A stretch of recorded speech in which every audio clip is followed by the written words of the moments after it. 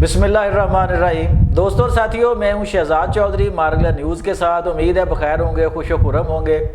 جیسا کہ آپ جانتے ہیں، سپریم کورٹ سے آئین کے آرٹیکل 63A کی جو سابقہ تشریح تھی جسٹس عمر عطاب بندیال کی عدالت سے کی گئی، اس کو کالعدم قرار دے دیا ہے۔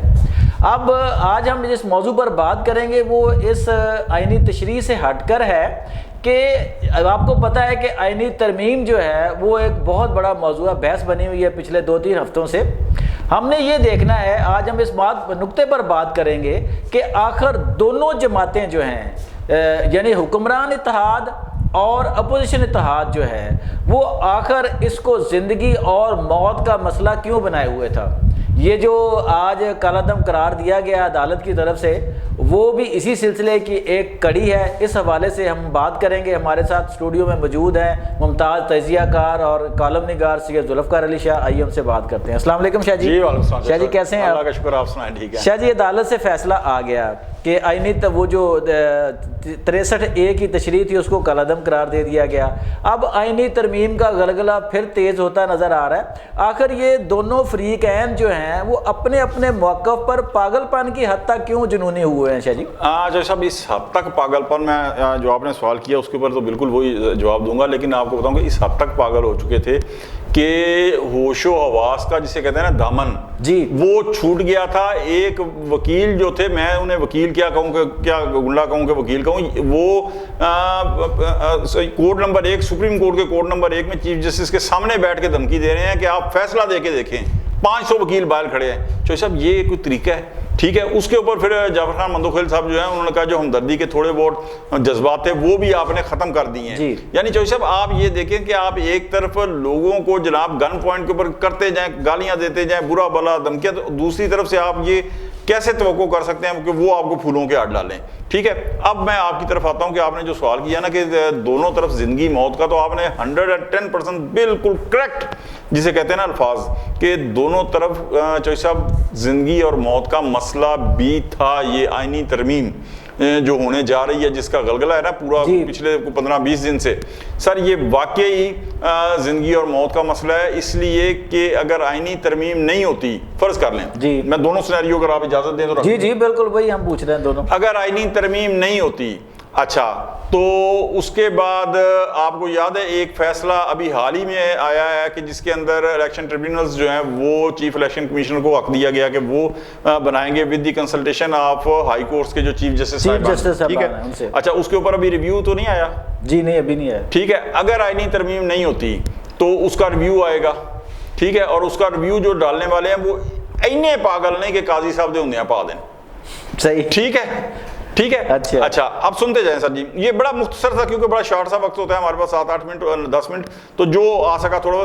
اچھا وہ ریویو آئے گا اور اس ریویو کے اندر دوبارہ جو ہے وہ ہائی کورٹ جو ٹریبیونلز کے جج ہیں وہ لگانے کا اختیار جو ہے وہ ہائی کورٹس کے جج کو۔ یہ ایک میں امکانات کی بات کر رہا ہوں، میں نہیں کہتا کہ یہ ایسا ہو جائے گا، لیکن جو ایک نظر آ رہا ہے انسانی عقل اور سمجھ کے حساب سے۔ اچھا اب اگر وہ ہائی کورٹ کے جج صاحبان لگاتے ہیں تو سر جی اس کے بعد آپ یہ بھی دیکھیں کہ کتنی ریٹ پٹیشنز ہوئی ہیں کتنے حلقوں کی، ٹھیک ہے، ان کے اوپر فیصلے کس کے حق میں آئیں گے؟ تو پھر جو پنجاب اسمبلی کے اندر خاص طور پہ اور وفاق کے اندر بھی بیلنس آف پاور ہے وہ کیا رہ ہو جائے گا اگر بدلتے ہیں؟ ٹھیک ہے سر جی۔ اچھا لیکن جاتے جاتے اللہ بھلا کرے، وہ ایک اور جملہ قاضی صاحب کہہ گئے ہیں کہ جب گنتی آپ ووٹوں کی کرتے ہیں تو اس کے بعد اس میں جیتے آتے ہیں تو پھر فارم 45 اور فارم 47 کیا مانی رہ جاتی ہے، لیکن وہ اس کو بھی ظاہر ہے کہ چینج کر دیں گے، ٹھیک ہے جی۔ اچھا یہ چیز ہو جاتی ہے۔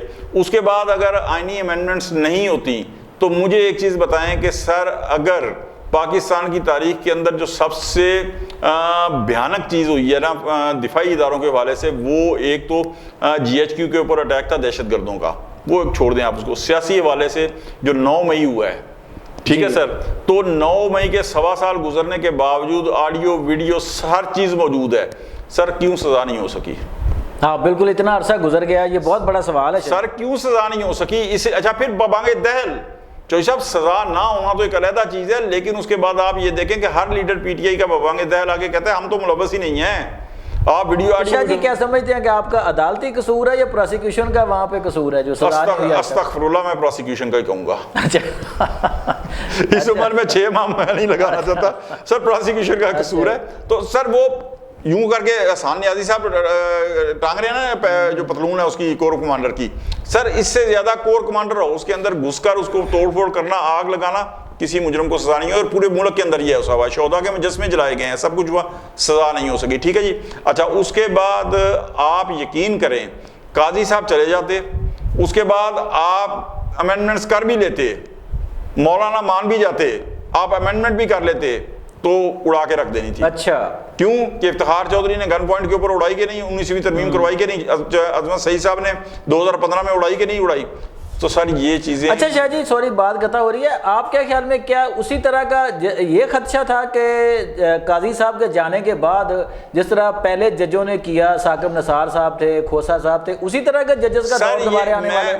میں دیکھیں میں آپ کو ایک چیز بتاؤں. فرض کریں سپریم کورٹ کہتی ہے، اب جس طرح ایک اور چیز میں آپ نے جو سوال کیا میرے ذہن میں آ گیا تو میں تھوڑا سا میرے دل میں واقعی ہمدردی ہے چیف الیکشن کمشنر کے لیے. میں نہیں سمجھتا انہوں نے کیا صحیح کیا یا کیا غلط کیا، لیکن وہ ایک آئینی ہوتا ہے. لیکن ہائی کورٹ سے لے کے سر سپریم کورٹ تک جو اٹھتا ہے اس کو لتاڑ دیتا ہے. جی جو اٹھتا ہے اس کو لتاڑ دیتا ہے.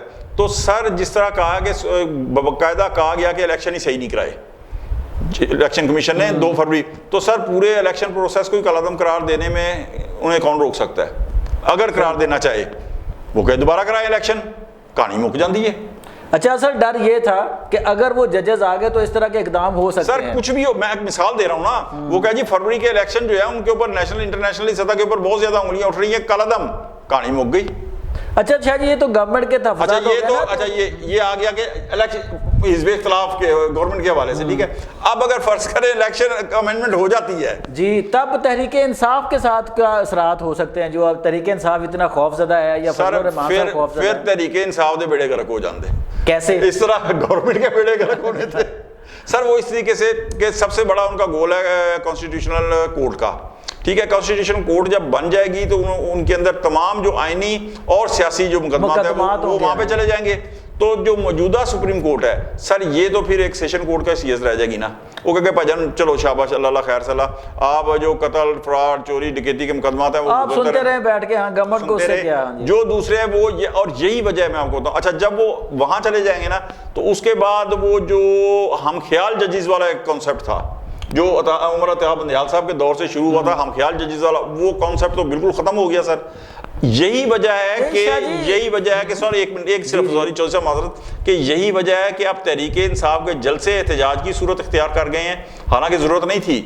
ٹھیک ہے. تو یہ اگر گورنمنٹ کر لیتی ہے تو سر جی پھر گورنمنٹ کے بیڑے پار ہو جائیں گے.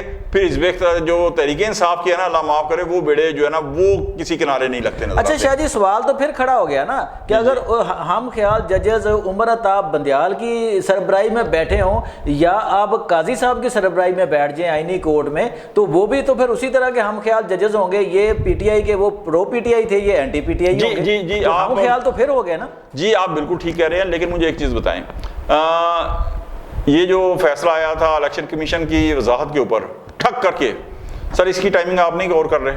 بالکل ہاں بالکل ہم نے غور کیا. پیپلز پارٹی نے تحفظات باقیوں نے بھی ظاہر کی ابھی. اس کے بعد پھر مجھے ایک چیز بتائیں، 63A کی تشریح کا فیصلے کے اندر جو ریویو پٹیشن دائر ہوئی تھی، چوہدری صاحب وہ جو بھی فیصلہ آتا چھوڑ دیں، اب تو فیصلہ آ چکا نا کہ وہ کالعدم کرا، لیکن فرض کرے کالعدم نہ بھی اس کے حق میں آ جاتا، لیکن یہ تو حق تھا پٹیشنر کا کہ اس کی سماعت کی جائے. سر مجھے ایک چیز بتائیں، کمیٹی کے اندر 2 ارکان کیوں نہیں مان رہے تھے؟ ہاں جی جو یہ بہت بڑا سوال تھا کہ وہ آخر کیوں نہیں مان رہے، کیس نہیں لگنے دے رہے. میرا نقطہ نظر جو میں ہمیشہ یہ بیان کرتا ہوں کہ وہ چوہدری صاحب یہ ہے کہ گورنمنٹ کو اور دوسرے کو جو فاؤل پلے نہیں کھیلتے سر انہیں فاؤل پلے کھیلنے کے اوپر مجبور کیا جاتا ہے. ایسی کنڈیشن کے اندر جب 2 ارکان جو اراکین تھے وہ نہیں مان رہے تھے، پھر ایسی سچویشن کے اندر حکومت نے وہی کیا کہ جو ایسی پوزیشن میں حکومتیں کرتی آ رہی ہیں، انہیں آرڈیننس کے ذریعے چیف جسٹس کو کہا کہ آپ ایک رکن اپنی مرضی کا جو ہے وہ رکھیں. اچھا اس کے باوجود چوہدری صاحب اس کے باوجود آپ یہ دیکھیں کہ جسٹس منصور علی شاہ نے کمیٹی میں بیٹھنے سے انکار کر دیا. جی خود انکار کیا. اچھا انہوں نے کہا کہ جی میں نہیں بیٹھوں گا. اس کا کانسیکوینسز کیا ہوا کہ آگے پھر سب نے اعتراض کیا، علی ظفر صاحب نے اور دوسروں نے، کہ چیف جسٹس صاحب یہ کمیٹی آئینی نہیں ہے، ہم مانتے نہیں ہیں. ٹھیک ہے. اچھا اس کے بعد کیا ہوا, جسٹس منیب اختر کو رکھا, وہ نکل گئے, بینچ ٹوٹا ایک دن. یعنی اینڈ تک بھی وہ حربے, وہ ہتھ کنڈے استعمال کیے گئے ہیں, وہ سازشیں کی گئی ہیں کہ یہ کسی بھی طریقے سے یہ ہیرنگ اس کیس کی نہ ہو.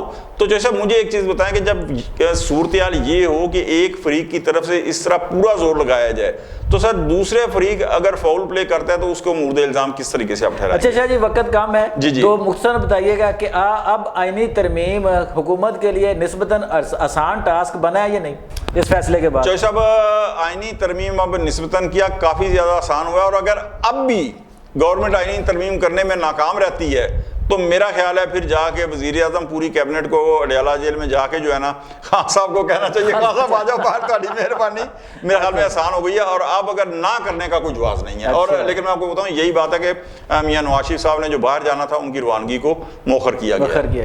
دوستوں اور ساتھیوں, آپ نے سید ذوالفقار علی شاہ کا تجزیہ سنا کہ بعض دفعہ حالات اس طرح کے ہو جاتے ہیں کہ اگر ایک فریق فاؤل پلے کر رہا ہے تو دوسرے کو بھی ویسا ہی کرنا پڑتا ہے. آپ پتہ ہے کہ ماضی میں بھی ہماری عدالتوں میں جو کچھ ہوتا رہا اور آج جو کچھ ہو رہا ہے وہ کل نہ کل کوئی اچھی نظر سے دیکھا جا رہا تھا, اور ہو سکتا ہے یہی صورتحال آج والے عمل کے ساتھ آنے والے وقت میں ہو جائے. اپنا بہت خیال رکھیے گا. آج تک کے لیے اتنا ہی. شہزاد چودھری کو اجازت دیجیے. اللہ نگہبان.